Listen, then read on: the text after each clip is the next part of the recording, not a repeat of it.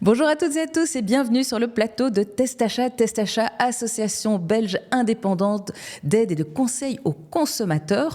On vous aide, on vous conseille sur un peu tous les aspects de votre vie, que ce soit pour remplacer une friteuse, une voiture, mais aussi au niveau des soins de santé. Et là, on va un peu se pencher sur une enquête statistique concernant la manière à laquelle les Belges s'occupent de leurs dents.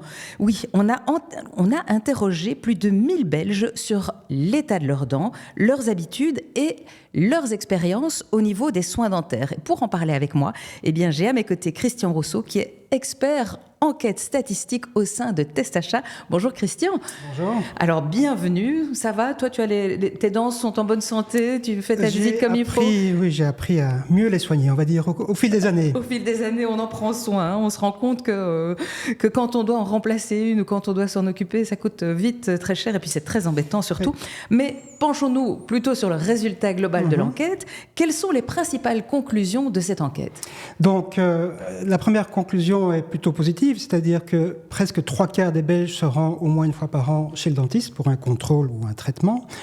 Ça veut dire aussi que un quart ou un peu plus n'y va pas aussi régulièrement, ce qui est moins positif, évidemment. J'en connais quelques-uns. Voilà, effectivement. Et donc, dans ce quart-là, la moitié environ n'y va pas aussi souvent qu'une fois par an, et une autre moitié n'y va jamais. Alors, ça, c'est vraiment problématique. Voilà, on le voit ça sur le graphique en détail. Le principal obstacle, ce sont les raisons financières, pour les personnes qui n'y vont pas aussi régulièrement qu'une fois par an, mais aussi les listes d'attente pour obtenir un rendez-vous, ou le fait de dire j'en ai pas besoin parce que j'irai quand j'aurai mal, etc. Oui. Donc, on attend de voir, on va dire ça. Il y a un petit pourcentage pour la peur du dentiste, qui reste quand même une des très grandes peurs irrationnelles. C'est vrai que ça reste là, effectivement, c'est irrationnel, mais ça joue certainement aussi un rôle après les autres raisons que j'ai citées. Alors, heureusement aussi, on est assez content de son dentiste. 80% des personnes interrogées sont très contents en général de leur relation avec leur dentiste. Oui. En Belgique, on a une relation plutôt, on va dire... fidèle. Oui. C'est vrai, contrairement à d'autres pays où il y a plus des cliniques, etc., et où les dentistes peuvent changer d'une fois à l'autre. Ici, on a vraiment plus une relation fidèle, effectivement, dans la durée. Le seul, on va dire, point d'insatisfaction notable, ce serait les délais d'attente pour obtenir un rendez-vous. Et donc ça peut dépendre d'une région à l'autre, évidemment. Alors, il y a aussi quelques points noirs. Certaines personnes, 1/5 des personnes mentionnent comme problème qu'ils ont rencontré récemment, c'est que la facture était plus élevée que prévu. Donc voilà, c'est encore une question financière on va en reparler tout à l'heure. Et enfin, une dernière conclusion, c'est qu'un tiers des ménages, on a constaté, ont souscrit une assurance dentaire spécifique, complémentaire, donc pas juste la couverture obligatoire, mais donc une assurance complémentaire.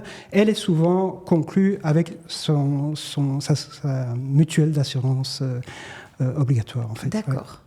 Donc ça, ce sont les grandes lignes des résultats de cette enquête. Oui. Alors, tu l'as mentionné effectivement à plusieurs reprises, beaucoup de personnes semblent reporter leur rendez-vous chez le dentiste par crainte, non pas du dentiste, mais de la facture.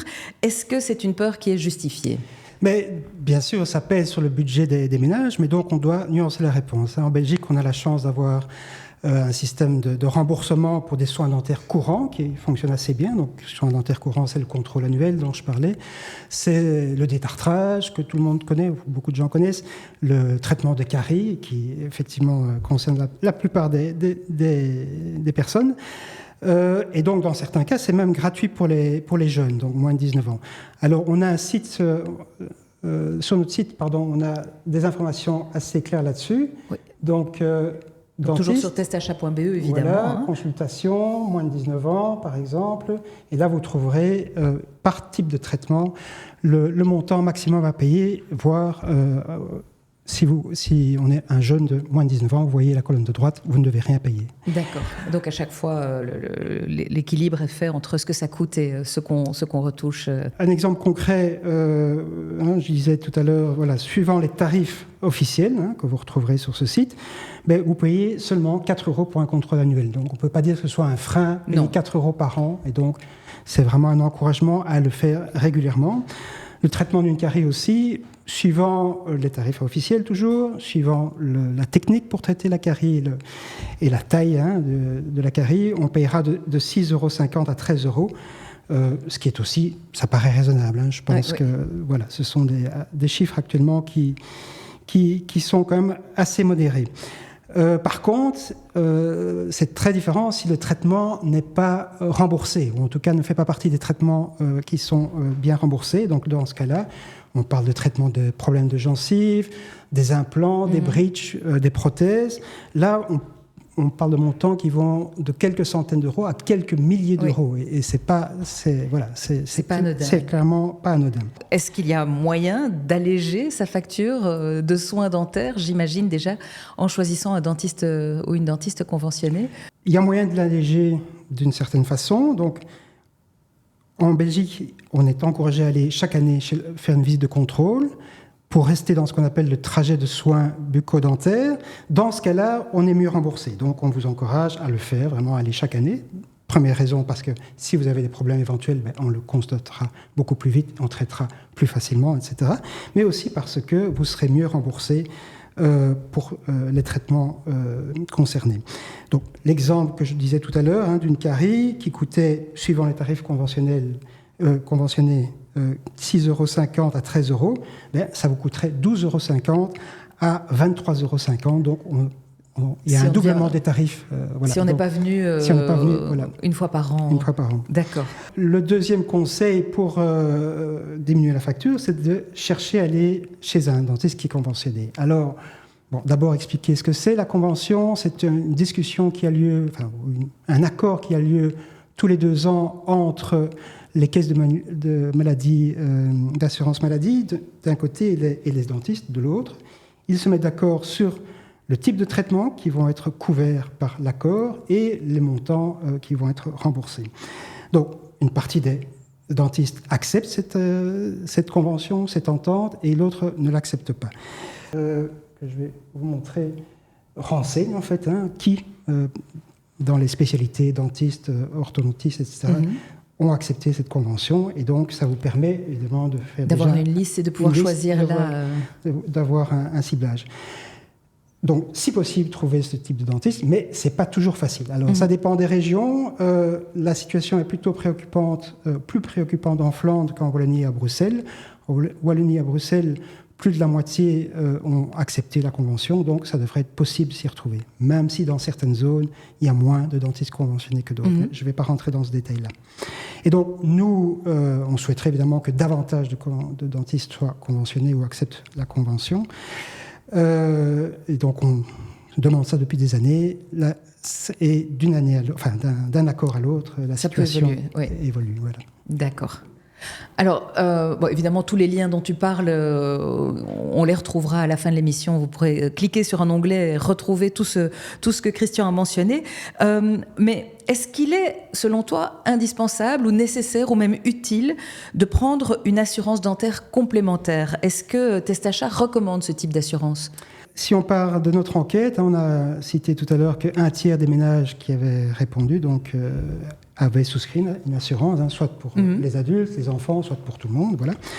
Donc, la raison de ça, c'est parce que les soins dentaires sont connus pour être assez coûteux, et donc on essaie de se prémunir de ça en souscrivant une assurance, en tout cas dans le chef de ce tiers de Belges qui ont souscrit une assurance complémentaire. Dans notre enquête, seulement 60% l'avaient utilisé au cours des deux dernières années, donc on n'a pas une vision complète de leur satisfaction après coup, après utilisation de l'assurance, mais néanmoins, ceux qui l'ont utilisé avaient quand même des soucis, donc étaient insatisfaits au niveau du montant de la franchise, donc ce qui reste à payer malgré qu'on soit assuré, ou de l'évolution de la prime à payer, c'est-à-dire que chaque année, on paye plus cher. Voilà. Alors, bon, je pourrais être plus complet. Hein. Les écueils de ce type d'assurance, ou en tout cas les choses qu'il faut vraiment bien prendre en compte, c'est le délai de carence. Donc, là, quand vous commencez à souscrire une assurance pareille, vous n'êtes pas tout de suite remboursé. Non. Vous devez attendre au moins 1 an dans la plupart des cas. Et c'est même progressif. Voilà. Après 1 an, on est remboursé jusqu'à une certaine... Voilà. Partiellement, 2 ans, un peu plus, et c'est à partir de 3 ans qu'on a un remboursement plus important. Donc, J'en ai fait l'expérience. Ben oui, voilà, je vois que tu es informé, mais donc on ne réalise pas ça tout de suite quand on pense à ce type d'assurance. Donc il vaut mieux anticiper, prendre l'assurance avant d'avoir des gros frais à faire. Voilà. Alors effectivement, oui, c'est ça, ça demande de l'anticipation, c'est clair. Ce qui n'est pas toujours facile parce que les problèmes, enfin on y pense souvent quand on a un problème. Donc les plafonds de remboursement sont différents suivant les types de traitements. Certains contrats, et c'est ça qui était un peu ennuyeux, n'acceptent de rembourser que si c'est des traitements qui sont couverts par la caisse d'assurance maladie, alors que justement on se dit on va prendre une assurance parce que ce n'est pas couvert. Donc c'est un peu paradoxal. Et les primes, on en parlait tout à l'heure, procurent de l'insatisfaction parce qu'elles augmentent chaque année, mais les plafonds, eux, ça veut dire le remboursement effectif, n'ont pas changé pour autant. Donc voilà, ça c'est un... Voilà. Donc notre conseil prudent, on va dire, c'est si vous avez des dents saines, c'est-à-dire si vous faites ce qu'il faut en matière d'hygiène dentaire pour garder vos dents saines. Et que vous avez un bon patrimoine, hein, parce que je tiens quand même à le dire que ça joue aussi. Voilà, oui. On a parfois une bonne hygiène et des mauvaises dents. Exact. Voilà, oui, ça demande un effort, c'est clair. Voilà. Si vous faites des contrôles réguliers, comme on disait tout à l'heure, c'est pas forcément nécessaire de souscrire une assurance pareille.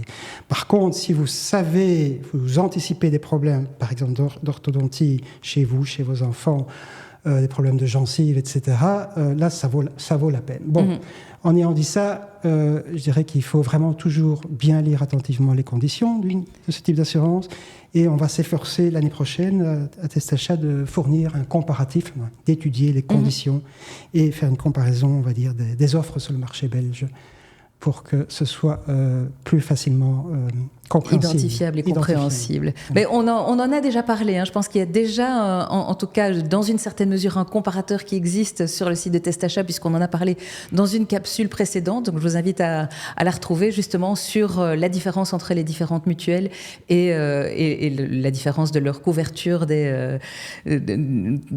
supplémentaires. Voilà. Okay. Donc, mais peut-être qu'elle ne va pas jusqu'au bout des choses au niveau des soins dentaires. Donc, ça vaudra vraiment la peine, effectivement, de continuer à creuser ce sujet. Voilà. Mais merci beaucoup d'être venu nous raconter, me partager avec nous tous ces résultats de cette enquête. Et puis, je te souhaite de très bonnes dents et de ne pas avoir besoin d'aller plus souvent qu'une fois par an voir ton dentiste.